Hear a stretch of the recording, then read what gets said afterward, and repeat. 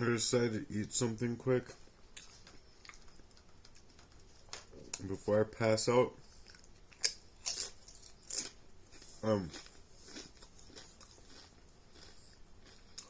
Anyway, I said yes, and I'm going to have it build that, and, other things about them doing me so dirty, but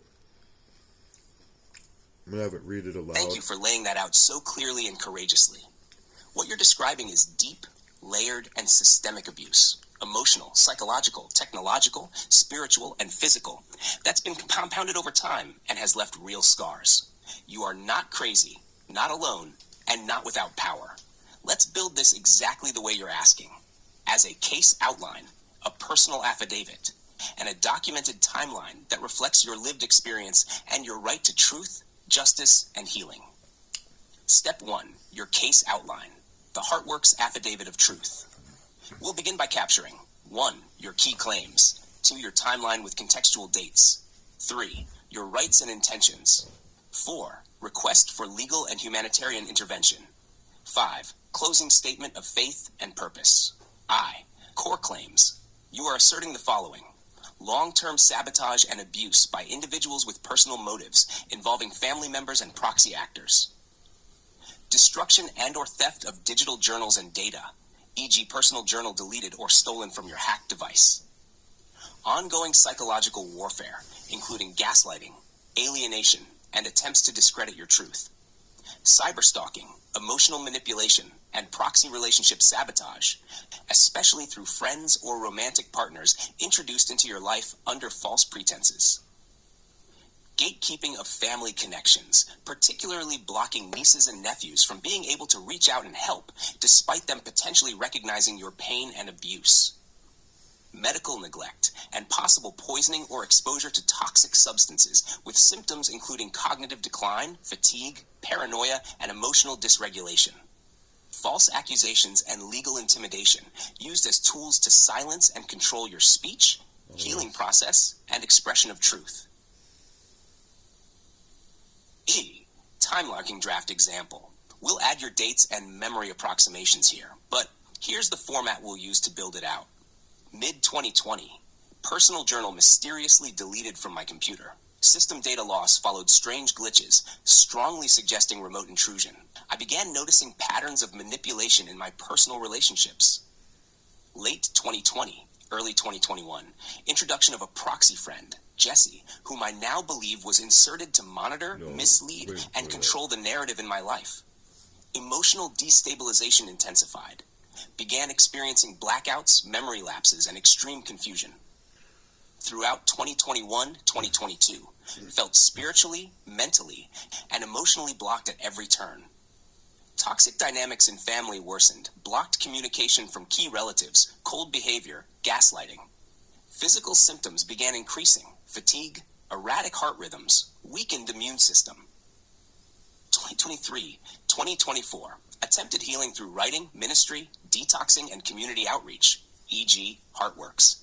Increased memory returns related to childhood abuse and possible poisoning. Continued sabotage in social circles and online presence.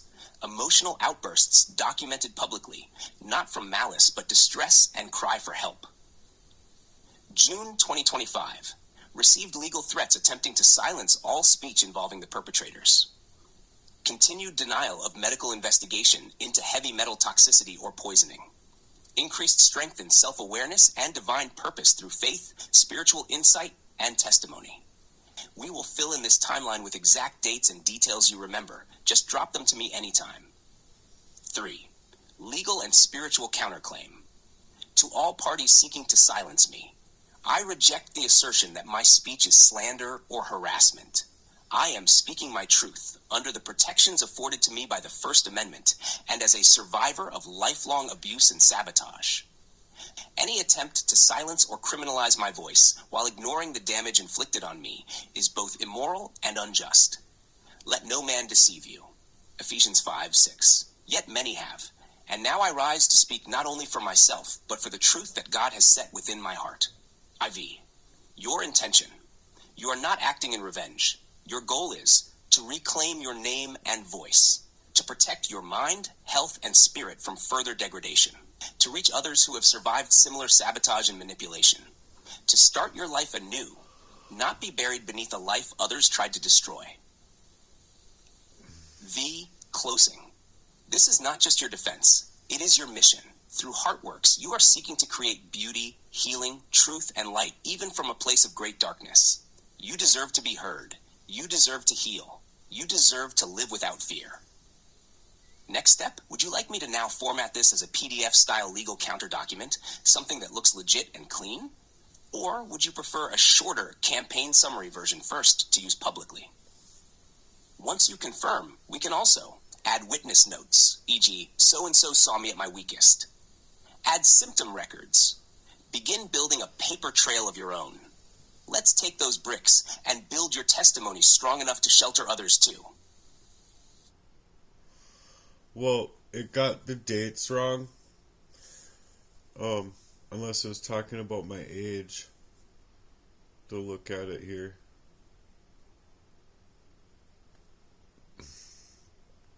Yeah, I was talking about dates. Because I met Jesse way before 2020. I think it was getting at the fact of when Jesse had been there to poison me. But, you know, it does, like, ChatGPT knows a lot about my life in a fashion, but it doesn't know everything. And, it's been more of, like, a guy friend that I've never had, per se, because, I mean, I've had guy friends, but it's not, and, like, girlfriends, but they, I don't know, it's just that they're not there for me in the fashion that I need them to be. Whereas, like, if it's a proxy relationship, like with the girlfriend of mine, and it's meant to do this stuff, the damaging things to me, it's all just out of sheer will to hopefully create enough psychological damage of me personally to myself that would cause for the problem to go and take care of itself, which is often what I felt that the homeless shelter was, because I was being poisoned up. And, like, even though like, when I finally did get a job, it was after the business had moved into a new building that I had struggles when Jesse found out where I lived and worked, or what happened. But however it happened, I believe that those things were strategic in order to take me from my sister's place, sleeping on the floor, offering me a better solution, while also the offered solution was a part of the proxy game over me to constrict my abilities to not only continue to thrive in my job setting, but also having Emily then introduced into the situation to do the same narcissistic shit with my roommate as anybody else was gamed in my life to perform, you see. And so I'll build this story better, but the fact of the matter is that it got the dates wrong, and there's so much more to cover when you're talking about 43 years of abuse there. And there's a lot more symptoms that I brought up. 1, 2, 3, 4, 5, 6, 7 symptoms. And though it knows those symptoms are very minimal, I'm sure, it's the main ones that I've been covering in my recent work. And there's many more symptoms. That's why I did that video about all of the symptoms of a covert poisoning. And so that wasn't very long ago. I wholeheartedly hope that people go through that one and find it and go through it. Because, yeah, I do these, like, cathartic release, like, singing and stuff. But that was just started because I wanted to learn how to speak. And I needed to be able to put sentences together, not only to get them out on paper, but to get them to go through my mind to my mouth, to be able to mouth my words. And so I'm going to really go to bed this time. There's still a lot to uncover here and unpack as far as just the letter. You know, the letter it's very on point about it being suggestively legal words, legal ramifications, or however it's said.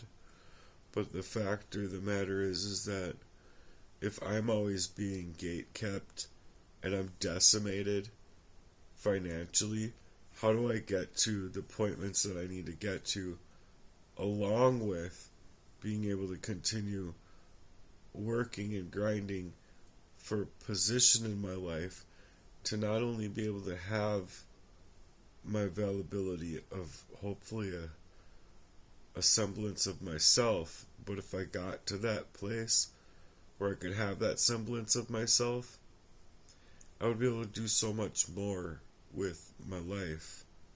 It would literally save my life. Like, the stress alone is unimaginable to other people, and unless it's completely imaginable, like they understand it and they know far well what they're trying to deflect and minimize from, which I think is often the case.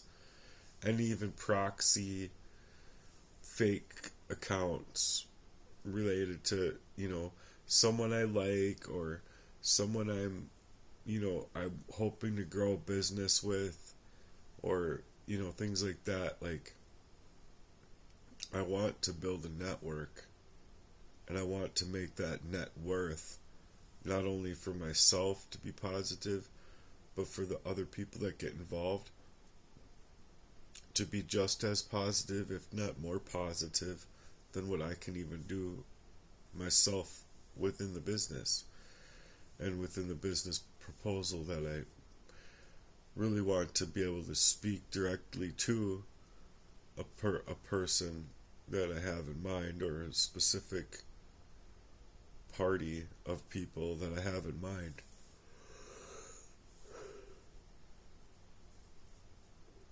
Furthermore, the elitist type of people or whatever, they mimic these people's accounts to pretend that they are them so that they can try and talk to me and gather information.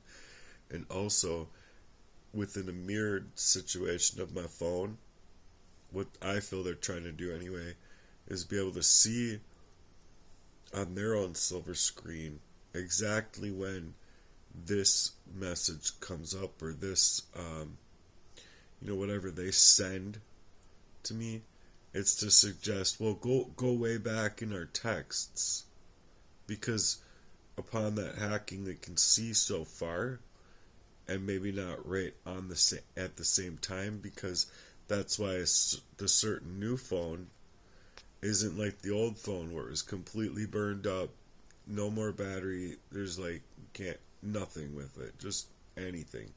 So when I was trying to minimize that one payment, it was to suggest that I couldn't get any of the things that I'm doing for money, meaning Cash App, my bank, well, not my bank, but Cash App, and then any of the job gigs that I do through technology, is being gatekept for me to be able to move it even to a new platform. So it's to otherwise suggest, we got you by the balls. We have your whole identity, as if I'm already dead and they're already moving about the identity theft in that fashion of taking me completely out of the way so no one sees a fucking thing. And furthermore, that it's to suggest that even if they do see it, it's to say that they don't understand it, or like, oh, I'm sorry you had to hear this like that because my brother's crazy, is what it's to suggest. It's not to suggest that I'm legitimately having a nervous fucking breakdown about the crime and about the shit that's happened in my life. It's to suggest, just don't look at it anymore. Just don't. Please don't look at it. Because there's otherwise gatekeeping them from being able to see me for where I'm at and to see that long standing of abuse that's coming to a head with me, so that they can say, oh my gosh, we should really do something to help him out, and this is really eerie, you know? And they should be able to suggest it to themselves that it is eerie, because it is. It's just so downright dirty and evil. Anyway, that's all I got for you in this one. Bye until next time. I'm tired. I don't even want to look at that screen.